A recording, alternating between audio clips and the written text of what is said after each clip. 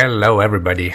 In the heart of Eastern Europe, during the bleak days of the 1970s, a terror unlike any other lurked in the streets of Romania. His weapon was a hammer, his victims innocent strangers, and this is the story of the Hammerman, the Romanian serial killer who believed he was guided by Satan. Born on January 23rd, 1929 in Cluj, Romania, Romulus Vereș lived an unassuming life, or so it seemed. As he grew older, those around him began to notice peculiar behaviors, signs that pointed to a troubled mind. Throughout his life, he was plagued by what doctors eventually diagnosed as schizophrenia. And while this illness would become a critical part of his story, it didn't prevent him from committing heinous acts against those who crossed his path. Vereș's murderous spree would begin in the early 1970s, a time when Romania was already grappling with poverty, political strife, and paranoia under a communist regime. And this wasn't a place known for serial killers. His actions were, to put it mildly, a shock to the entire country. Vereș attacked unsuspecting victims, mostly women,